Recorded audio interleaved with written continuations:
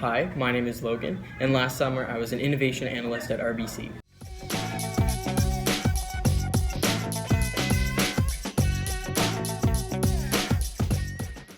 As an innovation analyst at RBC, some of my main responsibilities are focusing around these sprints. So throughout the summer, we had 3 big projects that would each take 2 weeks.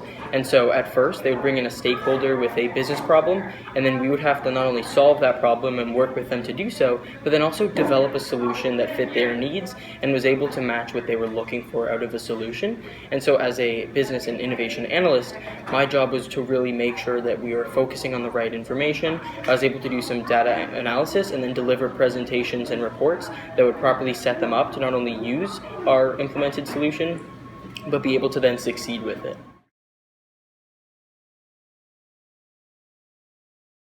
Looking back at some of the skills that really helped me last summer, there's 3 things that come to mind. The first one is adaptability. For each of the projects that we were working on, we had to develop different skills and work on a variety of different business problems. And this made the ability to kind of jump around and learn a variety of different things really important for being a part of the team. Another thing that's really important is collaboration, because you are working on a team, and so that makes it really important to kind of foster these positive relationships and then also be able to kind of talk about these different ideas. Sometimes you have positive comments, sometimes negative comments.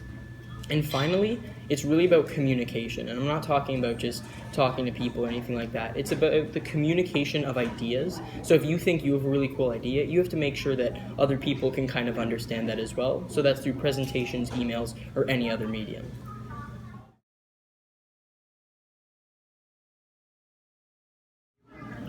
Looking at some of the great reasons to work in Canada, I really believe we have an amazing community here, and a lot of the people are so willing to help each other out. So establishing a network and being able to talk to a variety of individuals across organizations and industries, it really sets you up, and as a high schooler, it sets you up for success because you're able to interact with all of these different mentors and industry professionals that you can then learn from, grow from, and take their information and apply it in a real way through your career.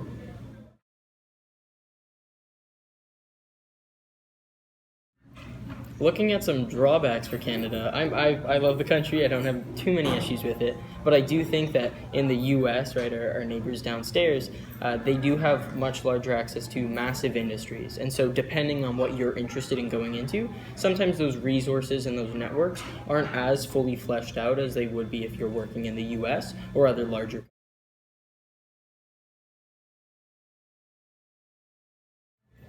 So if I could give one piece of advice to high school students, it would really be to never stop exploring. And so I'm going to explain that a little bit because it kind of sounds a little wishy-washy, but really the concept of it is just people always tell you to try to find something to do and try to find something to occupy your time, but what really makes that process all the more easy is just finding something that you're truly passionate about and something that you're truly interested in. So don't force anything, don't do anything because you necessarily have to. You should find something that you really want to do, and that can only be accomplished by exploring your options, exploring different opportunities, and doing as much as you can to learn about a variety of opportunities, but then also try to go in depth and explore what they have to offer. And that's how I found my passion, and many other people like me have as well.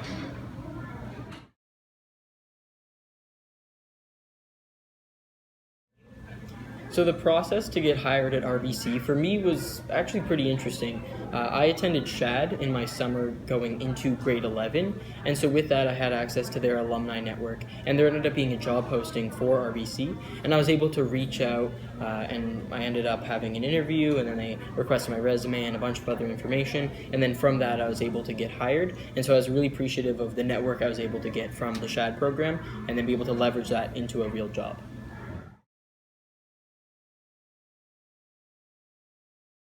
One of the key takeaways from my experience at RBC was being able to learn about working in an agile workspace environment.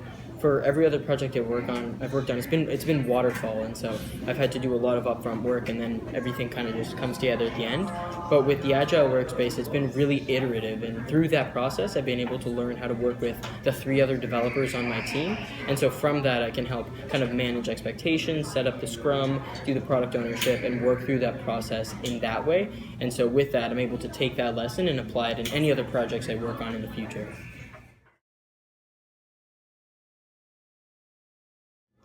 So a typical day at RBC, I would arrive at a little after 8, depends on when my train gets in. And then from there, I would have kind of a meeting with my team just to make sure that we were all on the right track. We set up our expectations for the day and what we would hopefully be able to accomplish. And then from there, we would just start working through the whole process. As the business analyst, one of my main responsibilities is just making sure that our developers were able to go through the process efficiently, and that I was able to properly empower them as the developers themselves. So with that process, I would make sure that I was able to work on the proper data analytics to provide to them to deliver the correct programs and set up everything there, while also working on presentations and other deliverables that we needed to submit alongside our code in the first place. And so with that, my typical day was just getting in, checking in with the team, doing some work. I would go out to lunch with everyone, and then after that, I would make sure I could finish everything up, and I would consistently check up with everyone I was working with to make sure that everyone was on the right track, we were happy with our progress, and see if there are any tweaks or changes we needed to make now rather than later.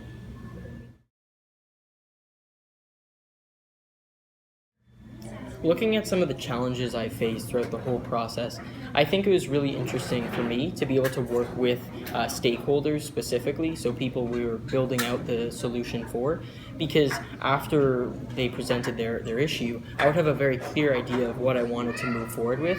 And so I guess the challenge with that is sometimes what they actually needed would sometimes conflict with what I thought they needed. And so throughout the process, what I learned is I have to be able to kind of taper back what I was working on and redefine it and change the scope so that it's perfectly in line with what they're actually looking for. So rather than delivering something that I think they want, I'm delivering something that they are truly looking for and that can truly benefit their business unit.